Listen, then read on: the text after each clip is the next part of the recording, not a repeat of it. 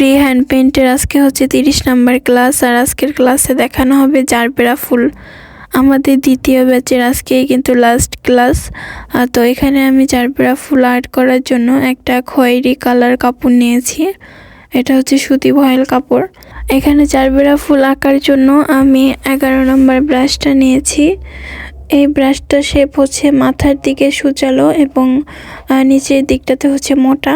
তো এই ব্রাশটা হচ্ছে জারবেরা ফুল আঁকার জন্য একদম পারফেক্ট একটা ব্রাশ, কারণ হচ্ছে এটা দিয়ে খুব সুন্দরভাবে পাপড়ি শেপগুলো দেওয়া যায়।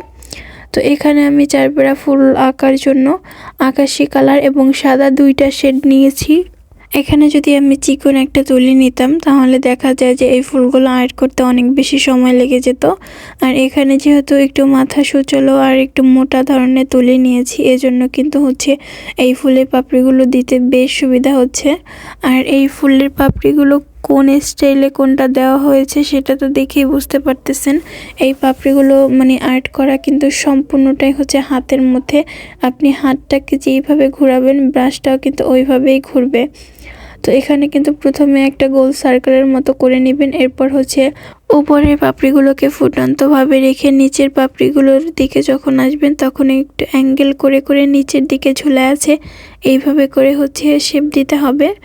তো প্রথমেই আমি হচ্ছে আকাশি কালারটা দিয়ে একটা লেয়ারে কাজ করার পরে আমি কিন্তু ওই তুলিটা হচ্ছে পানি দিয়ে ওয়াশ করি নাই, কারণ হচ্ছে এখানে আমি চেয়েছিলাম যাতে সাদার সাথে আকাশি কালারের একটা শেডের উপরের লেয়ারের পাপড়িগুলো হয়। এজন্য কিন্তু এই ফুলটা দেখতে আরও বেশি সুন্দর লাগে।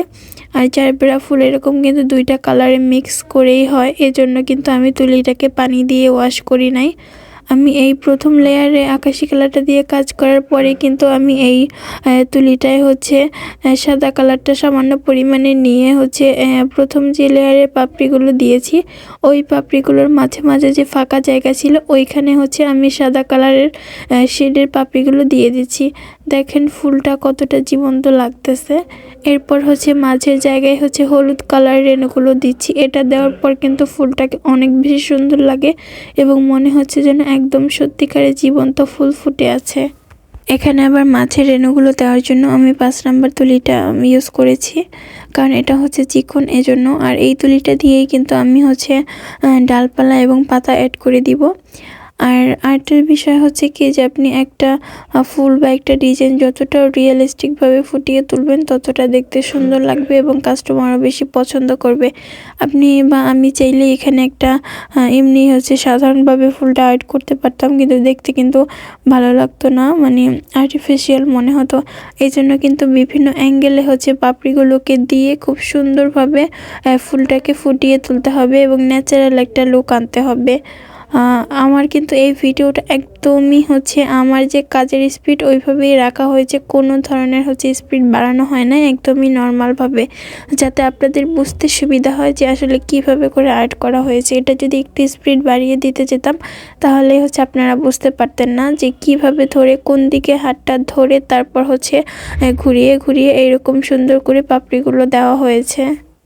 নর্মাল স্পিডে রাখার কারণে আশা করি আপনারা বুঝতে পেরেছেন যে আমি কিভাবে এই ফুলটাকে আর্ট করেছি। তো এরপর এখানে আমি কিছুটা পাতা এবং ডালপালা অ্যাড করে দিচ্ছি। পাতাতে এখানে সবুজের সাথে হলুদের কম্বিনেশনটাও রেখেছি। আর এই জারবেরা ফুলগুলো কিন্তু অনেক কালারের হয়ে থাকে, পিঙ্ক এবং সাদা কম্বিনেশনও হয়ে থাকে, লাল, কমলা, তারপর হচ্ছে আকাশি কালার, সাদা, এরকম অনেক অনেক কালারের হয়ে থাকে।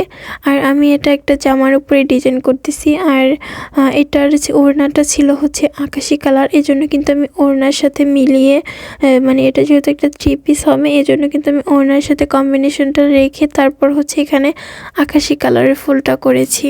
আর হ্যাঁ, আর একটা বিষয় বলে দিচ্ছি, এই ফুলের পাপড়িগুলো দেওয়ার সময় কিন্তু কাপড়ের উপর অনেক বেশি জোরে হচ্ছে প্রেসার দেওয়া যাবে না। মাথার দিক থেকে যে সুচালো দিকটা থেকে একটু কাপড়ের উপর প্রেসার দিয়ে যখন হচ্ছে মাঝের অংশের দিকে টেনে নিয়ে আসবেন তখন কিন্তু হালকাভাবে ছেড়ে দিতে হবে তুলিটাকে।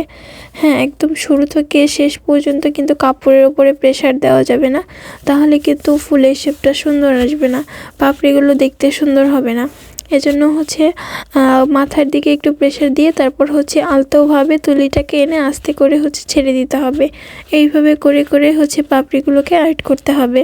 তো আমার আজকের ক্লাসটা আপনাদের কাছে কেমন লেগেছে, বিশেষ করে এই জারবেরা ফুলটা আপনাদের কাছে কেমন লেগেছে অবশ্যই আপনাদের ছোট্ট একটা কমেন্টের মাধ্যমে জানিয়ে যাবেন এবং আমার জন্য দোয়া করবেন। আল্লাহ হাফেজ।